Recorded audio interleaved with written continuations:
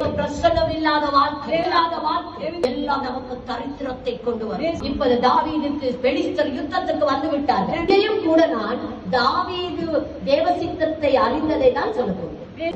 யுத்தம் வந்தது. யுத்தம் வந்த உடனே இவன் போயிட்டு ஆண்டவர்கிட்ட கேட்கிறான். சொல்கிறது 19ஆம் வசனத்திலே பெலிஸ்தர் வந்து விட்டார்கள் யுத்தத்துக்கு. பெலிஸ்தர் யுத்தத்துக்கு வந்தபடியால் தாவீது ஆண்டவரிடத்திலே கேட்கிறான், பெலிஸ்தருக்கு விரோதமாய் போகலாமா? பெலிஸ்தருக்கு விரோதமாய் போகலாமா? கேட்டான், யூதாவில் ஒரு பட்டணத்துக்கு போகவா? அவர் சொன்னார், போ. எங்க போவது? எங்க போவது? இப்ரோனில் தான் ஐயா தாவீதின் தலையை கர்த்தர் உயர்த்தினார். என்ன சொல்லி இருக்கிறார்? இஸ்ரவேலருக்கு எதிராக இருக்கிற பெலிஸ்தரை தாவீது தான் அழிப்பார். இது வாக்குத்தத்தம், தீர்க்கதரிசனம். தாவீது நாளுக்கு நாள் விருத்தி அடைந்தார். கர்த்தர் அவனோடு இருந்தார். நாளுக்கு நாள் ஒரு மனுஷன் உயரும் போது கட்டாயம் கர்த்தர் அவனோட இருந்தாதான் அது நடக்கும். நாளுக்கு நாள் உயர்ந்தான் தாவீது. கர்த்தர் அவனோடு இருந்தார்.